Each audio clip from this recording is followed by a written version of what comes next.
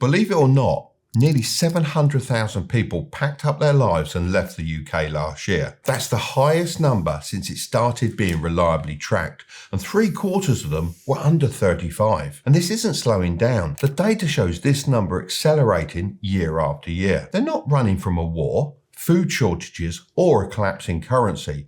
They're running from houses that cost 10 times their annual salary, a tax system raiding their paycheck, and an economy that's been stagnant for nearly 20 years. So how did one of the richest countries in the world, a G7 nation, the birthplace of the Industrial Revolution, start to collapse? And what can other countries learn from this before it's too late? I've been doing some digging into this, and I've identified 7 key mistakes the United Kingdom made. So let's unpack them together, and by the end, your eyes will be open to exactly how far along the road your country is and whether you still have time to turn it around.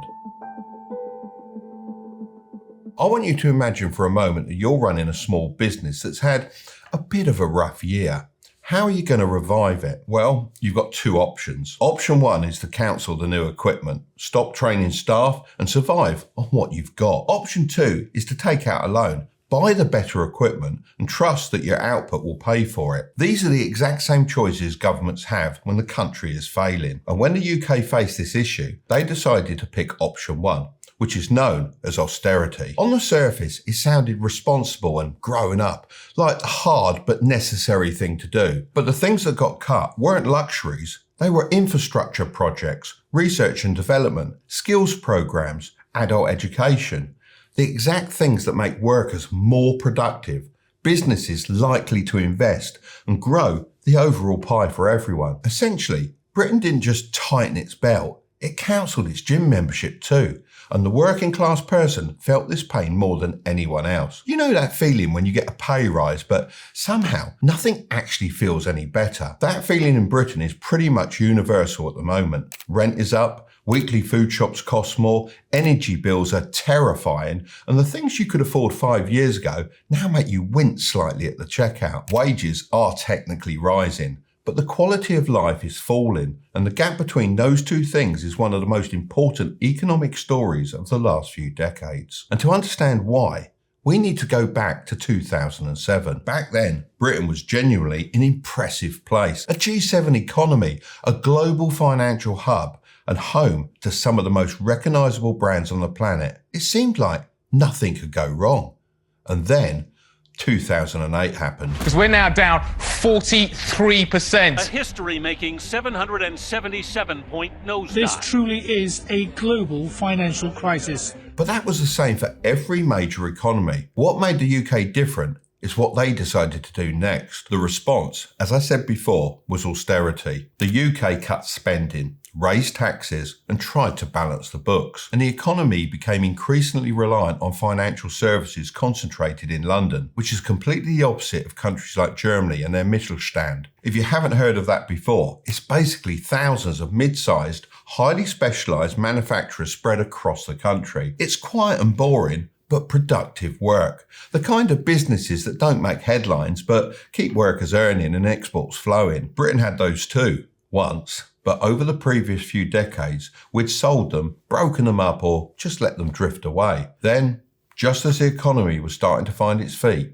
2016 happened. The British people have spoken, and the answer is, we're out. I think the country requires fresh leadership to take it in this direction. We're going to wave you goodbye. The Brexit vote froze business investment almost overnight. Before the referendum, UK business investment was growing at about 6% a year.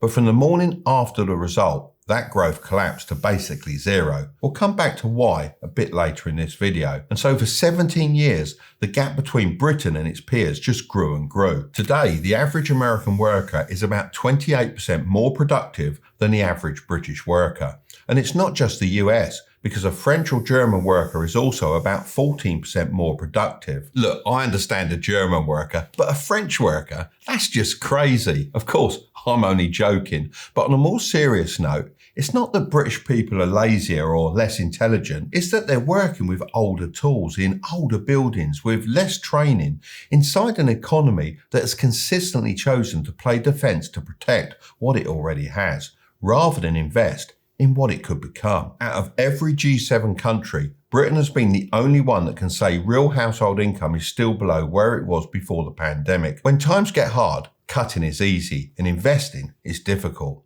because cutting shows up on the next spreadsheet, whereas investing shows up for the next generation. If you're from the US and that sounds a bit too familiar, it definitely should, because the exact same debate is happening in Washington right now, word for word. But this is where things get strange, because if the economy has genuinely been stuck for 17 years, you'd expect Britain to actually look poorer, right? Shabbier high streets, cheaper cars, a visible drop in the standard of living. But that's the weird thing, because for the most part, it doesn't look like that. From the outside, Britain still looks like a wealthy country. So we need to answer the question, how has a stagnant economy kept up the appearance of prosperity for nearly 2 decades? The answer comes down to one asset, one thing that went up and up while everything else stood still, and it's the single most politically protected thing in the entire country. Imagine you own a house that's worth 400k. You wake up one day, check Rightmove, and that house is now worth $500,000. Amazing, you're 100k richer, right? Well, that's not really how it works, because you still have to live somewhere, and every other house around you went up by the same amount. So if you wanted to move somewhere bigger, nicer, or closer to work, you can't, because that house got more expensive too. In any practical, spendable, meaningful sense, rising house prices don't make existing homeowners any richer, because you can't exactly eat your house or drive it to Spain for a vacation, unless you're planning to downsize by selling the big family home, move somewhere smaller and cheaper, and pocket the difference. And that's exactly what a huge chunk of people in their 60s are planning to do right now. So there's a very specific group of people that permanently rising house prices are genuinely beneficial to, and they tend to be older, own their homes outright, and crucially, vote predictably at every single election. The political system has been working in these people's interests for decades. Let me show you what I mean. The average home in England now costs 7.7 times the median annual salary. In London, it's 10.5 times, and in some parts of London, it's 25 times what the average person earns in a year. Historically, a house is considered affordable at around 3 to 4 times someone's salary. Britain blew past this threshold a generation ago and has been accelerating away from it ever since. That's why I get so annoyed when older people in my generation say it was just as hard for them to buy a house, and young people need to work harder. It's just not the case. New home building has fallen so badly that the Centre for Policy Studies says London is now facing its worst house building challenge since the Second World War. Meanwhile, rising rents are swallowing a bigger share of wages for everyone under 35. Young renters aren't building any equity of their own. They're just funding the retirement plans of their landlords. I should say that as a landlord myself, I don't think landlords are the villains here. They're just doing what makes financial sense inside a system that was designed, whether anyone intended to or not, to make property the single most reliable way to build wealth in Britain. The solution to this problem isn't exactly complicated. Build more homes to increase supply, let prices stabilise, and allow a new generation onto the ladder. Every serious housing economist agrees on this. But here's the thing. Building enough homes to make housing more affordable would, by definition, mean house prices come down. And house prices coming down would reduce the paper wealth of the single most reliable voting bloc in the country. Imagine a game of musical chairs, where the people already sitting down get to vote whether new chairs are added. Well, funnily enough, the vote tends to go against adding new chairs, because the entire value of the chair you're sitting on depends on there not being enough to go around. That is, in one sentence, the British housing market. This should concern you if you're watching from any wealthy English-speaking country, because the UK isn't some strange outlier. Australia's housing market looks almost identical. Canada's might actually be worse. New Zealand has had to pass emergency legislation, and parts of coastal America are already there. Wherever housing has shifted from being a place to live to being an investment asset, this exact pattern plays out. The people already on the ladder vote to keep the ladder short. California, New York and Austin, Texas, which was supposed to be the affordable alternative, have seen prices more than double in a decade. It's the same political landscape. Homeowners vote, Renters mostly don't. Britain lost this fight 20 years ago, but America is having it right now. But here's where the story takes a turn, because in 2016, while all this was already happening under the surface, Britain looked at his slow motion disaster and decided to detonate something enormous right on top of it. And this decision is still widely argued about today. Brexit is when the United Kingdom decided to leave the European Union, and it's one of the most controversial and divided subjects throughout the UK. And I want to be clear that this isn't about whether Brexit was right or wrong. I'm not going to tell you how you should have voted in 2016, because people can weigh sovereignty and identity however they want. That's their call. This is about what actually happens to your paycheck, bills and country's future when a major economic decision is made.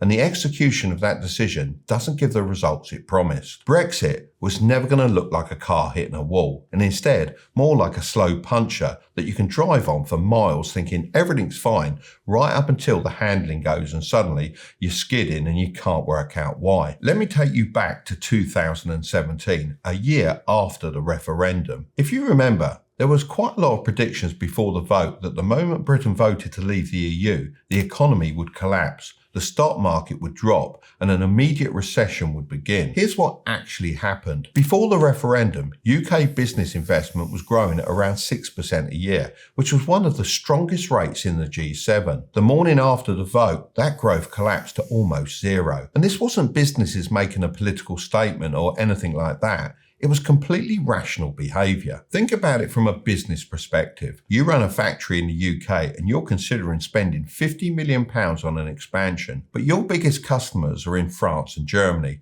So you have no idea what the rules for selling to them are going to be in 2 years' time. So what do? Well, you wait and see how the government follows through on new trade deals and implements Brexit. You don't spend £50 million when you don't even know what the basic operating environment will look like when the concrete dries. And that's essentially what every major company in Britain did for years. And a lot of them eventually gave up waiting and just invested somewhere else. Just to reiterate, I'm not saying Brexit couldn't work.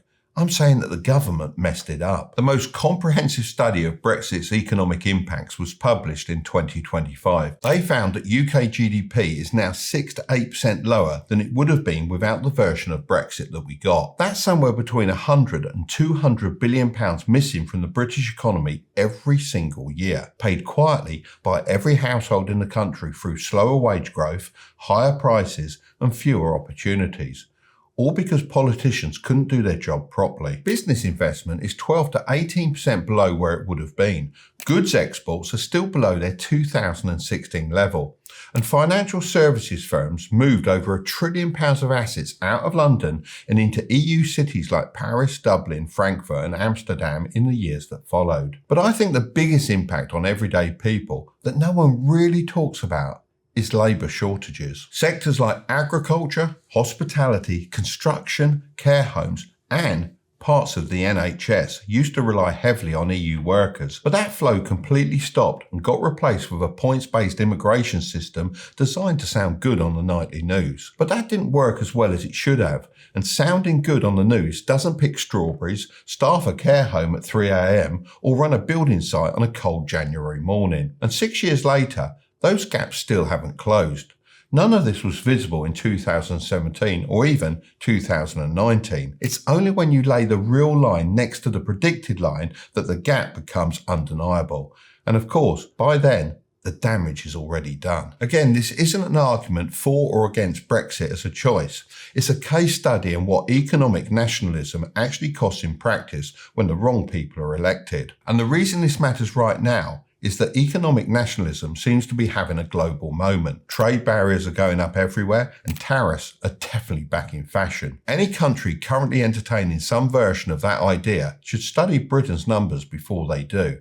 Not to be told what to think, but because Britain has already run the experiment for you. The costs of cutting yourself off from your biggest trading partners are very real. They compound over time and they don't land on the politicians who made the call. They land on ordinary people 20 years later, wondering why their wages have been flat for the last decade. So the picture is now 3 layers deep. Layer 1 is a stagnant economy that's been underinvested for nearly 2 decades. Layer 2 is a housing market so broken that it's locking an entire generation out. And Layer 3 is a poorly implemented Brexit that's quietly costing the economy up to £200 billion a year. That's already enough for any country to be in serious trouble. But of course, the world decided to throw 2 more crises at Britain, and the damage those crises inflicted, combined with everything we've just talked about, is how Britain ended up in a trap it genuinely can't tax, borrow, or cut its way out of. Believe it or not, there's a stealth tax increase that's happening without a single vote in Parliament. Let me explain. Now, let's say your wages went up. Maybe not by much, but just enough to keep pace with inflation. Congratulations. Except, the threshold at which you start paying the higher rate of income tax stayed exactly where it was last year, and the year before, and the year before that. So a small slice of your raise slipped into the higher tax bracket, which means you're paying more tax and taking less home. Nobody announced it. Nobody voted for it. It just kind of happened. This is known as fiscal drag. And I know it sounds a bit technical, but all it really means is that your wages go up, but the tax thresholds stay the same. So you end up paying more tax without actually being any richer. In Britain, fiscal drag is set to affect around 18 million people by 2027-28. And almost 2 million additional workers have been dragged into the higher tax band. But here's the genuinely crazy bit. Some workers are now facing effective marginal tax rates above 60%, meaning if they earn a bit more, they actually take home less money. The number of people trapped in this band has more than doubled since 2017, and the HMRC now counts around 725,000 workers caught by it. And researchers at the Institute for Fiscal Studies have shown many of them are deliberately holding their earnings back just below £100,000 to avoid it entirely. Think about that for a second. In a country that desperately needs economic growth and higher productivity, Britain has accidentally built a system so backwards that hundreds of thousands of people have decided it's not even worth trying harder. Now, you might be wondering how on earth it got to this point, because fiscal drag isn't how most countries raise 55 billion quid. It's the kind of policy a government uses when it's run out of options and is scared of backlash. It started with 2 big crises in 5 years. COVID required state spending on a scale not seen since World War II. Then came the Ukraine war. Energy prices exploded. Gas bills tripled almost overnight. Another massive support package went out to shield households and businesses, which of course was more debt. Together, those 2 crises added roughly £500 billion to the national debt. COVID spending alone cost between £310 and £410 billion. And the energy support package after Russia invaded Ukraine added another £100 billion on top. Then, and this is where it really hurts, interest rates rose sharply to fight the inflation those crises had caused, which means the cost of servicing all that debt suddenly exploded. Annual interest payments on UK government debt jumped from about £40 billion a year to over £100 billion a year. For context, the entire UK defence budget is around £60 billion, and Britain now pays nearly double that every single year just in interest on what it owes. And I'm concerned this is a trap that can't be escaped. They actually told me this face to face when I was sitting in Downing Street. And when they showed me the pie chart, I was shocked at how much of the UK's tax money was going towards paying down this debt. And they honestly didn't seem like they knew what they were going to do about it. The only genuine exit route I see is faster economic growth. But this is the exact thing Britain has failed to produce for 17 years. Borrowing itself isn't the problem. The problem is what you do with the economy while you're borrowing the money. If you borrow to invest in productivity, infrastructure, skills, and industries that will generate returns, the debt is manageable because your income eventually catches up. But if you borrow to survive and increase benefits, all the while cutting the very investments that would have generated growth, you end up exactly where the UK is now, paying more every year, getting less for it, and running out of options. The US national debt just crossed $39 trillion, and annual interest payments are over $1 trillion, which is bigger than the entire Pentagon budget. America has a larger runway, sure, but it's a similar trend. Now, when a country is this broke and every pound is already spoken for, something naturally has to give,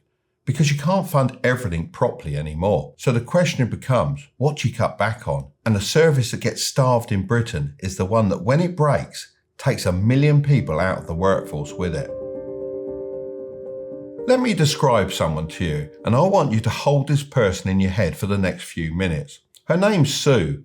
She's 44, and 2 years ago she developed a hip condition.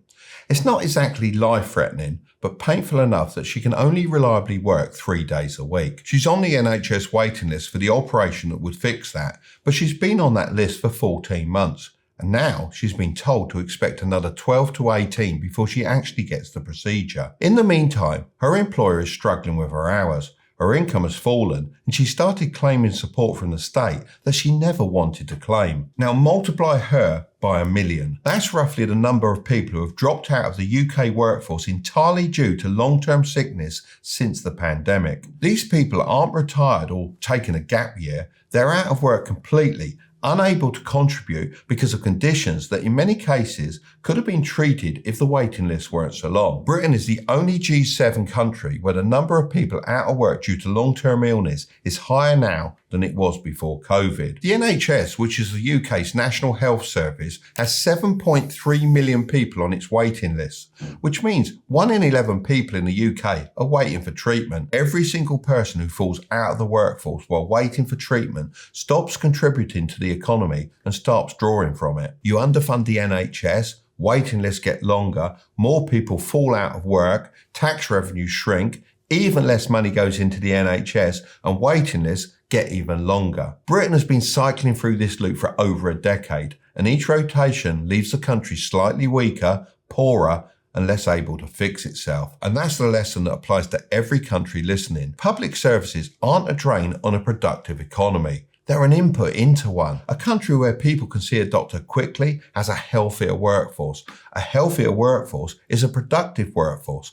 A more productive workforce generates more tax, and more tax funds better public services. That's the same loop, just spinning the other way. And it's available to any country willing to treat healthcare not as a cost to be minimised, but as an investment in the people who make everything else work. Now, I know some of you in America will be thinking, that's your NHS problem. We have private healthcare. But ask yourself this, how many people do you know who've put off going to the doctor because of what it might cost? Well, 1 in 3 Americans have done exactly that, leading to decreased productivity in the same way the long waiting lists have done in the UK. Now, if you're paying attention, you've probably already worked out where this story is going next. Put yourself in the shoes of a 25-year-old in Britain, someone who's actually grown up inside everything we've just described. What are you supposed to do? Well, there's really only one option. Leave. Which brings me on to... Due to my other channel, I have the pleasure of being stopped on the street on a regular basis and speaking with the younger generation. And recently, I've been having conversations that have shocked me. Not the usual stuff like expensive pints, rubbish landlords and the weather. Everyone complains about those. They've been asking me whether Britain even has a future for them. And it's really not just the people I'm speaking to, because in late 2025, the UK's Office for National Statistics quietly published a correction. For years, they've been reporting that around 77,000 Brits were leaving the country each year. But it turned out that once they'd properly checked their data, the real figure was roughly 3 times higher. About 252,000 UK nationals emigrated in the year to June 2025, which is one of the highest figures since the ONS started tracking British emigration properly. Let's be real, it's not an easy thing leaving the country you grew up in, because you're not just packing a suitcase, you're leaving your parents, your friends, the pub that knows what you drink, boss man from the corner shop that always remembers you. Essentially, you're giving up a network that took your entire life to build. People don't just do that lightly. A recent poll by the Adam Smith Institute found that more than a quarter of all 18 to 30-year-olds in the UK are either seriously considering leaving or already actively planning to do so. The most popular destinations are, of course, Australia, Canada, Spain, and the UAE. These people aren't refugees. They're not fleeing hardship. They're almost by definition the most mobile, most skilled, and most economically productive people the country has. Meanwhile, on the other side of the same coin, nearly 1 million young people in the UK aged 16 to 24 are classified as NEET. They're not in education, not in employment, and not in training. So the high earning, Tax-paying, ambitious young people are leaving, and the most vulnerable young people are stuck and getting less support every year. Britain is losing both ends of the same generation at exactly the same time. When they leave, the tax base shrinks slightly, services get marginally worse, and the opportunities for everyone left behind contract a little, which makes it slightly more rational for the next talented young person to consider leaving. And the loop continues. And this is where the story stops being about Britain and starts being about anywhere with an ageing population, an expensive housing market, and a tax system that punishes hard workers. We've already seen this play out in LA with thousands of people fleeing to Vegas and Miami. So the real question every country or state should be asking itself right now is, what do we look like to a 25-year-old? Because if younger people feel like they're getting a bad deal, they'll just leave and flock to the countries or states offering them fair tax treatment for their hard work and a higher standard of living. If all of this is so obvious, why hasn't anyone fixed it? Because this isn't some buried secret. Politicians read the same reports we do. Economists write about it every week. And every party talks about these problems at every single election. And yet for 17 years, nothing has actually changed. I voted in a lot of elections throughout my life and sat across the table from enough politicians to know the biggest problem isn't that they're corrupt, stupid, or don't care. It's actually something far more uncomfortable than any of those things. The political system in Britain, which influenced many parliamentary systems worldwide, doesn't fix long-term issues that need addressing and instead optimizes for short-term fixes that gain fast votes. Let me show you 3 places that almost every serious economist agrees is making Britain worse, but keep surviving every election, every government, and every promise to finally do something about them. Let's start with the triple lock on UK state pensions. Every year in the UK, the state pension rises by whichever is the highest of 3 things: inflation, wage growth, or 2.5%. The idea is that pensioners' incomes never fall behind, but in practice, it's a one-way ratchet that only goes up. It now costs roughly £12 billion a year more than if pensions had simply tracked wages. And the Office for Budget Responsibility forecasts it will add £15.5 billion annually by 2030 and potentially £80 billion a year in the long run. So pensioners, who are on average wealthier, own more property and have more savings than working age people, get the most generous deal in the entire tax and benefit system. And it's paid for by working age taxpayers who are on average poorer than the retirees receiving the money. So why doesn't anyone change it? Well, older voters turn out to vote at dramatically higher rates than younger voters. In UK elections, turnout among over 65s is roughly double that of under 35s. And obviously, no party on any side of the political spectrum is going to cut pensioners' incomes before an election. The second place is the housing market, which we spoke about earlier, because causing older people's houses values to drop is a political death wish. So it just doesn't happen. And the third place is any kind of long-term investment, like an infrastructure project or productivity program that takes 10 years to pay off. It requires a politician to spend money now and let another political party take credit for it later. 5-year election cycles just don't reward that kind of thinking. So the quick, visible win beats the slow, invisible one every time, even when the long-term cost is enormous. Those are the 3 areas. And in every case, the people who would benefit from the change are outvoted by the people who benefit from things staying exactly as they are. This should make you feel uncomfortable wherever you are in the world, because this isn't uniquely British. Every mature democracy with an aging population faces some version of this. In America, the equivalent of the triple lock pension is Social Security and Medicare. $2.5 trillion a year, ring-fenced and politically untouchable, all because the people who depend on them vote, and the people who most benefit from them being scrapped don't. So wherever you are in the world, be that the UK, Europe, or America, if you're a young person, now is the time to make your voice heard and go out and vote. I know this might sound pointless, but every year you leave it, it gets less and less likely that your vote will count. When you take a step back and look at everything we've discussed, it really is the perfect trap. Britain has been inside it for 17 years. The US is walking into its own version, and so is most of the developed world. which is why this video wasn't just about Britain. If you want to know how Iran is using the war to replace the dollar, then I'm going to leave that video right up there. But don't click on it just yet. Make sure to subscribe if you want to grow your wealth, okay? I'll see you over there.